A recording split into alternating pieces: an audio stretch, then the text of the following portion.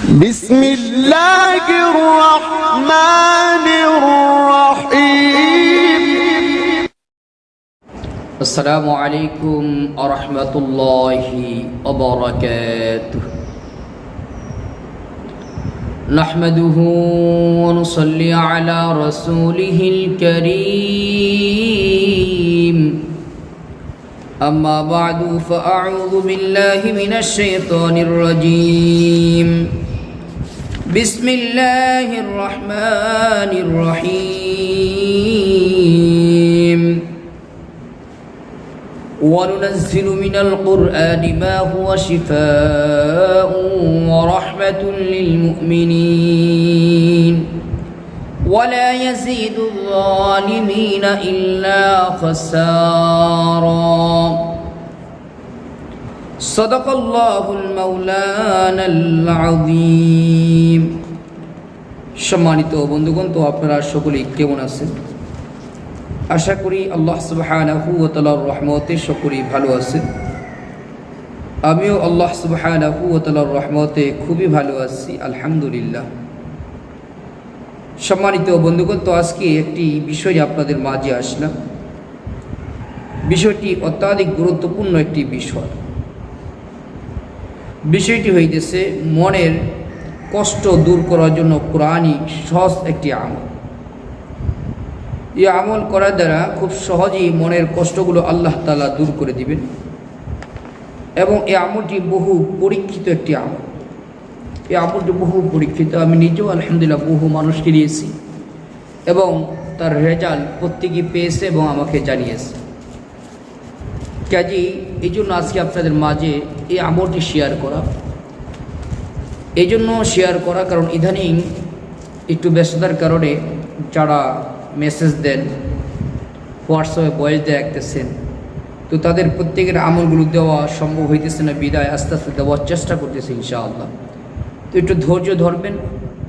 আশা করি ইনশাআল্লাহ আপনাদের প্রত্যেকেরই যে সমস্যার জন্য আমলগুলো চেয়েছেন ইনশাআল্লাহ যেগুলো দেওয়া আছে, তো সেগুলো তো আমার চ্যানেল থেকে আপনি নিয়ে আমলটিগুলো করতে পারেন।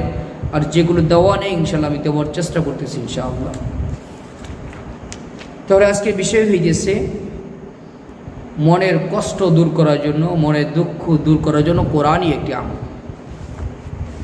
তাবিজাত একটি কিতাব আছে যেখানে আমল ও তদবির ও চিকিৎসা বিস্তারিত আছে। এই কিতাবটির লেখক হইতেছে মাওলানা মোহাম্মদ রুহুল আমিন বশিরহাটি রহমতুল্লাহি আলাইহি। এই কিতাবের মধ্যে চমৎকার একটি আমলের কথা বলেছেন। আমলটি হইতেছে যে ব্যক্তি নামাজের পরে, ফরজ নামাজের পরে দাড়িগুলো চিরুনি দিয়ে আশ্রাবে, আমরা মাথা যেভাবে আশ্রাই ঠিক দাড়ি দিয়ে চিরুনির দাড়িগুলো আশ্রাবে। যদি চিরুনি হাতে না থাকে বা যেখানে আসছেন ওখানে আপনার কাছে চিরুনি নাই, তখন হাত দিয়ে এভাবে দাড়িগুলোকে আশ্রাবে, হাতের আঙ্গুল দিয়ে দাড়িগুলো এভাবে আশ্রাবে, সুন্দর করে আশ্রাবে। আর সূরাতুল ফাতিহা আলহামদু সূরা বিসমিল্লাহর সহিত পাঠ করবে একবার। সূরা আলাম নাশরাহ লাকা সাদরাক এই সূরাটি পাঠ করবে একবার।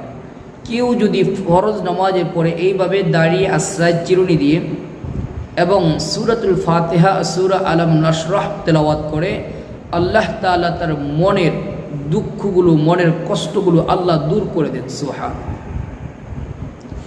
এবার প্রশ্ন হইতে পারে যে এটা তো পুরুষদের জন্য, পুরুষদের দাঁড়িয়ে আছে, তো মহিলারা কি করব?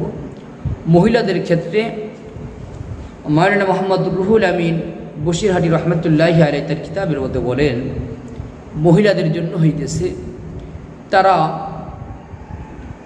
যখন মাথার চুল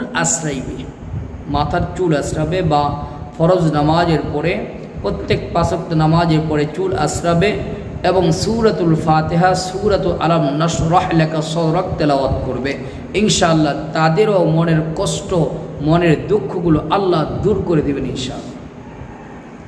এবার প্রশ্ন করতে পারেন আমলটি কতদিন করতে হবে?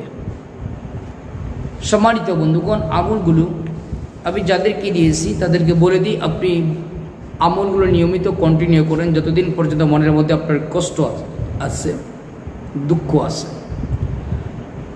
তারপর একটা আনুমানিক 11 দিন করতে পারেন ইনশাআল্লাহ। যদি 11 দিনের মধ্যে দেখেন আপনার কষ্ট দুঃখ অনেকটা দূর হয়ে গেছে, তো আপনি আরও কিছু দিন চাইলে আমলটি করতে পারেন।